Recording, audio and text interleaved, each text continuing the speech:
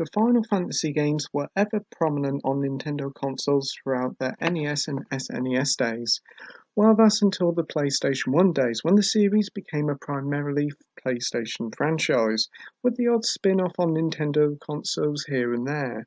But with the success of the Switch, we now start to see a huge load of Final Fantasy titles now on Switch, and the latest of these ports is Final Fantasy X and X-2 HD Remaster.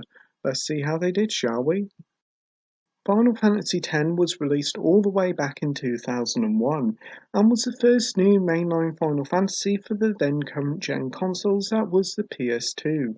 The story follows a blitzball player called Tidus as he's transported 1,000 years into the future thanks to an attack on his world by a strange force called Sin. The game starts off at the end of the game, and what we have here is a retelling of Tidus's adventure on how he got to that moment. Final Fantasy X tells an interesting tale that does start off a bit slow, but once it gets going it's a very enjoyable tale, and it should do due to the fact that all the game cutscenes are unskippable, which can be a pain, but thankfully the game's characters do add a lot of charm to the game.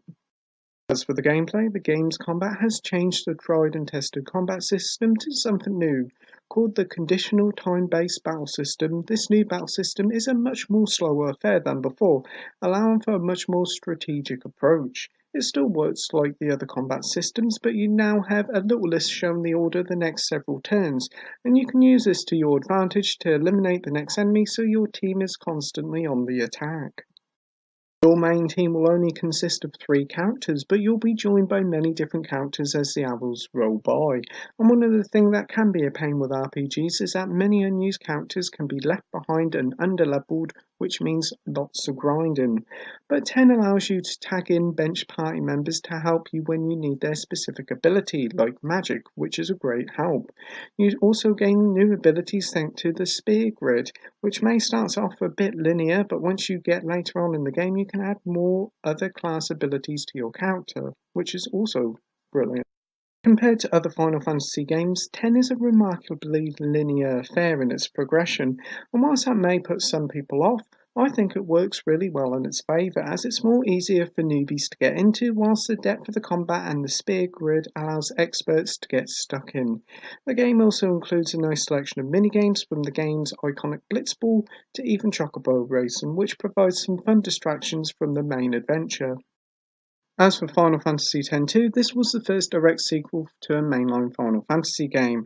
This game is still well worth your time. The game is set after the events of the main game and sees Yuna, Riku and Pain set out on an adventure together as they form a gang called the Gold Wings.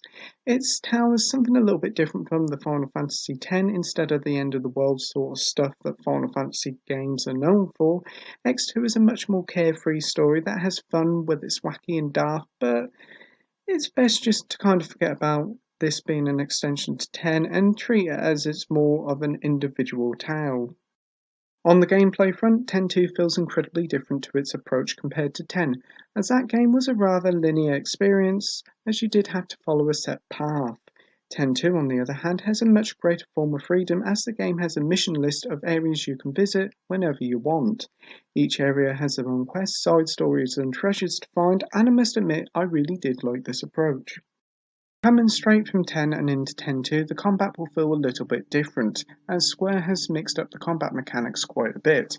The first change is X-2 has an active battle system, which means the enemy doesn't wait for you to attack, as each character and enemy has now got a gauge that fills up.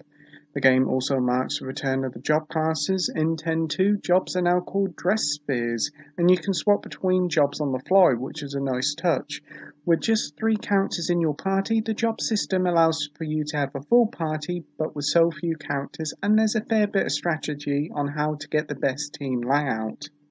As this is the complete version of both games, the games both have extra bits of content such as the International Edition of Final Fantasy X, which includes new abilities and a new spear grid, as well as tougher secret bosses, whilst Final Fantasy X-2 includes new monsters, abilities, as well as the inclusion of catching and training over 100 plus monsters in the game and using them in battles. Then there's also Final Fantasy X-2 Last Mission, which is certainly an odd inclusion that plays quite differently to the main game, as it's essentially a mystery dungeon-like game. The last mission contains 100 floors, so it's quite a lengthy inclusion, but it does feel like it's a little bit of an afterthought more than anything.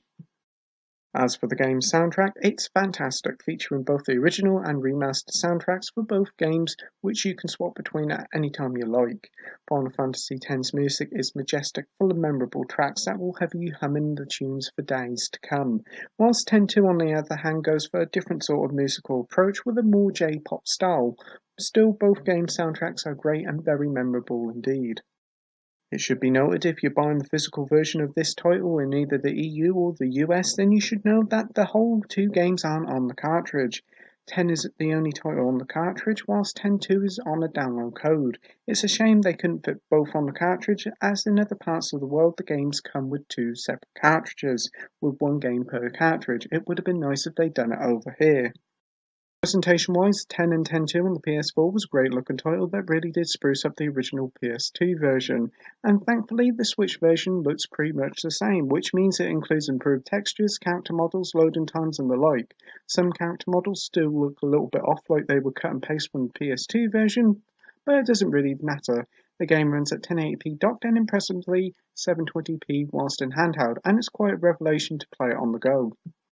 Conclusion time now, and it's great to see some more Final Fantasy games on Nintendo's hybrid console. Final Fantasy X and X-2 are perfect starting points for newbies to the franchise, and this is a very faithful port of the PlayStation version, with great presentation throughout and near 200 hours worth of content. This game certainly will give you a lot of value for your money.